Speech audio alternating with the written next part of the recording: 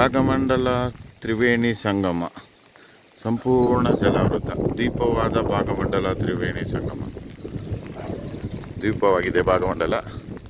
ನೋಡಿ, ದೇವಸ್ಥಾನದ ಒಂದು ಮೆಟ್ಲಿನವರೆಗೂ ನೀರಿದೆ.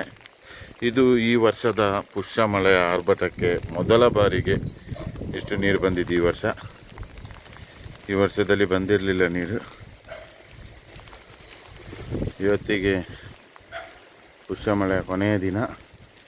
ನೋಡಿ, ಮಡಿಕೇರಿ ರಸ್ತೆ ಮೇಲೆ ನೀರಿದೆ. ಎಲ್ಲ ಸೈಡಿಂದ ರಸ್ತೆಯನ್ನು ಕ್ಲೋಸ್ ಮಾಡಿದ್ದಾರೆ.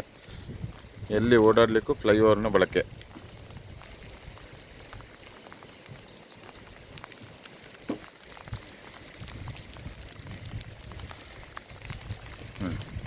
ದೇವಸ್ಥಾನದ ಮುಂಭಾಗದ ಒಂದು ಮೆಟ್ಲು ಮುಳುಗಿ ಹೋಗಿದೆ.